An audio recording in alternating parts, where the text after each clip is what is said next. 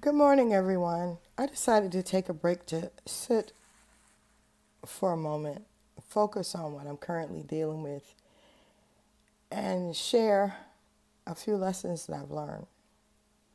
And one of the lessons that I personally learned is, let me take these glasses off because I can't see through the glare.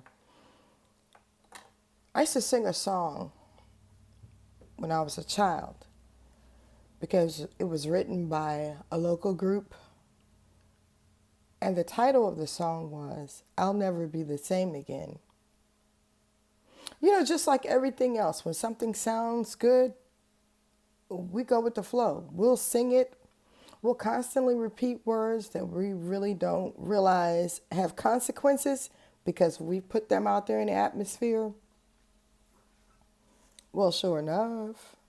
I could sing and set the church on fire. People be getting happy and I'd be laughing because I didn't feel nothing. I just wanted to do my part, get it over with, and go back and into the choir, be with the choir and add harmony or whatever. But anyway, this particular song, it goes, I'll never be the same again since the Lord has brought me through storm and rain. He gave me strength to bear heartache, disappointment, and pain. I'll never be the same again. No. As I was singing that song, I hadn't gone through anything. I was a teenager. Couldn't have been no more than, 16? 16 going on 17. And you couldn't tell me nothing because I knew everything.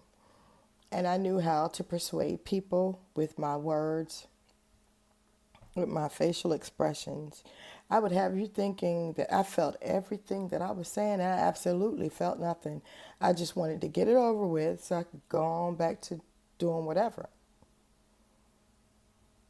Well, the words to that song that I used to sing repeatedly with my family, because every time we would have to sing somewhere, someone would request that song. And then later, as I was grown, the song they wanted to hear from me and have been hearing from me since 1995 is Master, Can You Use Me? But by the time I learned Master, Can You Use Me, I knew everything I was singing. I had lived everything I was singing. I had gotten to the point where I was just begging God to use me because I felt less than. But getting back to my original thought of I'll never be the same again, and how important the words you speak are, how important the words that you utter, that you speak, that you put into the atmosphere can have consequences on your life. You may think that it's just in joke or in jest, or you're roasting and gagging, but every word you utter has a way of coming back to revisit you. And if I did not care, I would keep laughing in the comment section or laughing in the clouds, wherever I find myself. I wouldn't say anything. But because stuff is beginning to hit close to home, and people in their arrogance refuse to understand that what you see someone else go through, you could be next. Just like if you see someone get blessed and you cheer for them, you could be next. But this is not for those that are doing things. This is about me and the lessons that I've learned and the reason I feel led to warn instead of being just like everybody else and hopping on the bandwagon, because there's a lot of bandwagon jumpers. And what I mean by that is people can see something wrong and won't say anything. Yet when the world recognizes that, something is wrong, then all of a sudden we have these prolific dissertations. We have these epiphanies. I think my epiphanies come from personal pain. And it's almost like if I don't say something, I say, I ain't got nothing to do with that. I'll say that. And no lie, the more I say that, it means within a few days, it's been a proven fact. I'm going to live to regret not caring. They ain't got nothing to do with me. I'll say it in a heartbeat. Because for the last few days, I've been enduring like back and spine pain. It almost feels like a knife.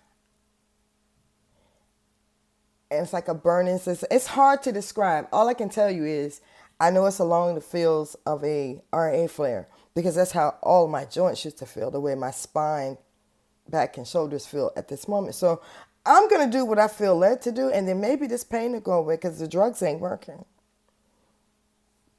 Please be careful what you allow to escape your lips while either trying to become more popular on a platform or trying to grow your audience. Yeah, we all see you, we all hear you, but the only one that matters is God. And if he's given you a platform, an opportunity to speak life into the lives of people, whether you have 10 or 10,000 listening, give it all you got. But don't keep putting garbage into the atmosphere. I can promise that you'll live to regret it. And also, the song that I was talking about earlier, before I start rambling and this becomes forever long, when I sang about I'll Never Be the Same Again, I sang a song that was familiar to me because I'd heard it before, but I'd never lived any of those things that were causing grown folks to cry, and I was a child and I was singing it. I learned later. Oh, yeah. There was a time in my life when I thought God had forgotten all about me. I did. Because I would ask him, how can you allow this or allow these things to keep happening? And then, me being the person that I am, I would try to point out to God, although he sees everything. I was pointing out, well, so-and-so did this, this, and this. I ain't never did this, this, and this. But it doesn't matter. When you know better, you do better. And honestly, when you stand before God, and you will, he's not going to ask you about anything wrong that I did or anyone else around you. And they could be dead wrong. He sees them just like he sees you and knows your heart and your motivation and your motives for pointing things out.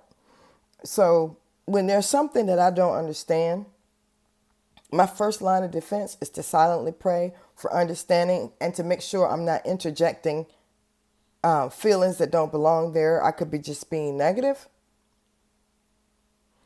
But I promise to walk in obedience. And if I got something to say, I have my own channel, whether anyone listens or not. It's off me. Once I've done it, once I've said it, once I've spoken it, it's out there. I can go on and do something else. But please, I beg you to please be careful of the words that you allow to escape your lips. Whether it might be funny to the crowd, but the crowd won't receive the punishment you'll get for knowing better and doing otherwise. And one thing I'm learning to do, I'm learning to pull back. I'm learning to pull back and truly seek God's face as it concerns giving, helping, or whatever. Because I'm at the point where I feel used up.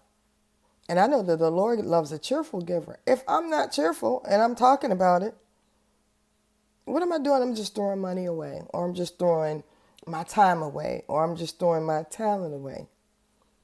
I refuse to stop. I refuse to be a wasteful person. But just like my parents told me as a child, even though the words I was speaking were true and it was obvious to everyone, if you don't have anything good to say, shut up and don't say nothing. Have a great day.